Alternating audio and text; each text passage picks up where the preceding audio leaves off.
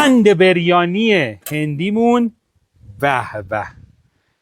بریم برای آموزش یه دند تهچین بریانی هندی. یه مقدار دنبه اضافه میکنم کف ظرفمون. یه طرف دنده‌هامون رو باید بهش رنگ بدیم. میذاریمش کنار تا بره طعم‌سازی بشه باش. خامه رو اضافه میکنیم، ماست چکیده، زعفران، میکس ادویه بریانیمون رو اضافه میکنیم به دنده ها و مایعی که قراره به برنجمون اضافه شه که من میکس ادویه‌شو براتون تو کپشن مینویسم. نمک، دنبه‌های جزغاله شده نگذرید. مزه بهشت میده، بهشت. برنج نیمدون که میتونه هم کته باشه هم آبکش رو اضافه میکنیم داخل مایمون برای تهچین.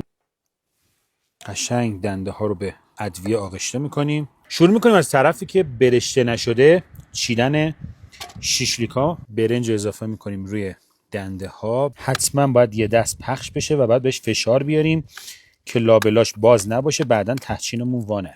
تره ها رو همینجوری میچینیم. کاغذ روغنی یا فویل میکشیم بره داخل فر. دمای 170 درجه به مدت 1 ساعت. به به. اینم از دند بریانی هندیمون. به به. شما رنگ و لعابو ببین.